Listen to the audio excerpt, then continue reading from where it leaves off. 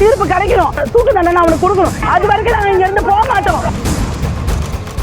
புதுச்சேரியில் உள்ள தனியார் பள்ளி ஒன்றில் அறிவியல் ஆசிரியராக பணிபுரியும் ஒருவர் 7 வயது மாணவிக்கு தொடர்ச்சியாக பாலியல் தொல்லை கொடுத்து வந்தது தெரியவந்துள்ளது. அச்சிறுமிக்கு கடந்த சில நாட்களாகவே அடிக்கடி உடல்நிலை சரியில்லாமல் போவது வாடிக்கையாக இருந்து வந்துள்ளது. இந்நிலையில்தான் கடந்த 12ஆம் தேதி அச்சிறுமியை மருத்துவமனைக்கு அழைத்துச் சென்றுள்ளனர் பெற்றோர். மருத்துவமனையில் அவரை பரிசோதித்த மருத்துவர்கள் அவர் தொடர்ச்சியாக பாலியல் வன்கொடுமைக்கு ஆளாகி வந்துள்ளதாக கூறியுள்ளனர். இதனைத் தொடர்ந்து சிறுமியிடம் விசாரிக்கவே தனது பள்ளியில் பணிபுரியும் ஆசிரியர் ஒருவர் தொடர்ச்சியாக தன்னிடம் தகாத முறையில் நடந்து கொண்டதை கூறியுள்ளார். இதனையடுத்து சிறுமியின் பெற்றோர் மற்றும் உறவினர்கள் சம்பந்தப்பட்ட பள்ளிக்கு நேரில் சென்று இதுகுறித்து கேட்டபோது பள்ளி நிர்வாகம் தரப்பில் சரியான பதில் கூறவில்லை என தெரிகிறது.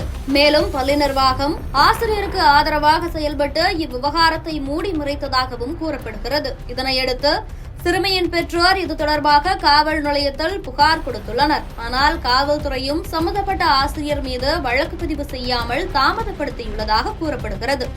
இதனால் ஆத்திரமடைந்த சிறுமியின் பெற்றோர் மற்றும் உறவினர்கள் சம்பந்தப்பட்ட பள்ளியை முற்றுகையிட்டு போராட்டத்தில் ஈடுபட்டனர். பள்ளியை சூறையாடி ஆசிரியர் மற்றும் பள்ளியின் நிறுவனர் மீது உடனடியாக வழக்கு பதிவு செய்து கைது செய்ய கோரி புதுச்சேரி கடலூர் சாலையில் மறியலில் ஈடுபட்டனர். இதனால் புதுச்சேரி கடலூர் சாலையில் சுமார் 6 மணி நேரத்திற்கு மேலாக போக்குவரத்து கடுமையாக பாதிக்கப்பட்டது. இதனிடையே சிறுமிக்கு பாலியல் தொல்லை கொடுத்த ஆசிரியரை விசாரணைக்காக பள்ளியிலிருந்து காவல்துறையினர் காவல் நிலையம் அழைத்துச் செல்ல முயன்றபோது ஆசிரியரை பொதுமக்களும் உறவினர்களும் சுற்றி வளைத்து தர்ம அடி கொடுத்துள்ளனர். இந்நிலையில் சம்பவ இடத்திற்கு வந்த புதுச்சேரி சபாநாயகர் செல்வம், மாவட்ட ஆட்சியர் குலோத்துங்கன், டிஐஜி சத்யசுந்தரம் உள்ளிட்டோர் நேரில் சென்று பேச்சுவார்த்தை நடத்தினர். அப்போது ஆசிரியர் மீது போக்சோ வழக்கு பதிவு செய்யப்பட்டு பள்ளிக்கு சீல் வைக்கப்படும் என்றும் பள்ளி நிர்வாகத்தின் மீது வழக்கு பதிவு செய்யப்படும் என்றும் மாவட்ட ஆட்சியர் போராட்டக்காரர்களிடம் உறுதியளித்தார். பள்ளியில் நடந்த ஒரு அசம்பவ சம்பந்தம் காரணமாக ஒரு குற்றவாளி ஏற்கனவே கைது செய்யப்பட்டு போலீஸ் கஸ்டடியில் இருக்காங்க. ஸோ அவங்களுக்கு அவர் மேலே போக்சோ சட்டத்தின் கீழ் வழக்கு பதிவு செய்து அவருக்கு தகுந்த தண்டனை கிடைக்கப்படும். ஸோ இந்த பள்ளியில் அந்த மேனேஜ்மெண்ட் மேலேயும் அது விசாரணை நடைபெற்று இப்போ இந்த பள்ளியை இப்போ சீல் பண்ண சொல்லியிருக்கோம். ஸோ பள்ளி உடனடியாக சீல் பண்ணுறோம். அதுக்கான மேனேஜ்மெண்ட் மேலேயும் தகுந்த வழக்கு விசாரித்து தகுந்த நடவடிக்கை எடுக்கிறதுக்கான இது போடுறது. இதேமாரி சம்பவங்கள் மறுபடியும் பாண்டிச்சேரியில் நடக்காமல் இருக்கிறதுக்கு மாவட்ட நிர்வாகம் சார்பாகவும் அரசு சார்பாகவும் அனைத்து விதமான நடவடிக்கைகளும் எடுக்கப்படும். இந்த ஸ்கூலை சீல் வைக்கணும்.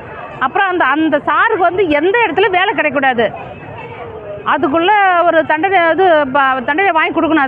அதுதான் நாங்கள் இப்போ நிற்கிறோம், இங்கே போராடி நிற்கிறோம். அந்த குழந்தைக்கு அந்த நியாயம் கிடைக்குன்னு சொல்லிட்டு நாங்கள் நிற்கிறோம். நாங்கள் குழந்தைக்கு தீர்ப்பு கிடைக்கணும். அவனுக்கு இங்கேயே இந்த தவளகுப்பத்து ரோட்லேயே தூக்கு தண்டனை அவனுக்கு கொடுக்கணும். இல்லையா எங்ககிட்ட ஒப்படைங்க, நாங்கள் பார்த்துக்கிறோம். அது வரைக்கும் நாங்கள் இங்க இருந்து போக மாட்டோம், இங்கே தான் இருப்போம். எத்தனை நாளாக இருந்தாலும் இந்த மாதிரி இதுக்கப்புறம் ஏன் குழந்தை அந்த ஸ்கூல்ல தான் படிக்குது. இப்போ இங்கே உள்ள அத்தனை பேரண்ட்ஸோட குழந்தைங்க அங்கே தான் படிக்குது. இந்த மாதிரி இதுக்கப்புறம் எந்த குழந்தைக்குமே இந்த மாதிரி நிலைமை வரக்கூடாது.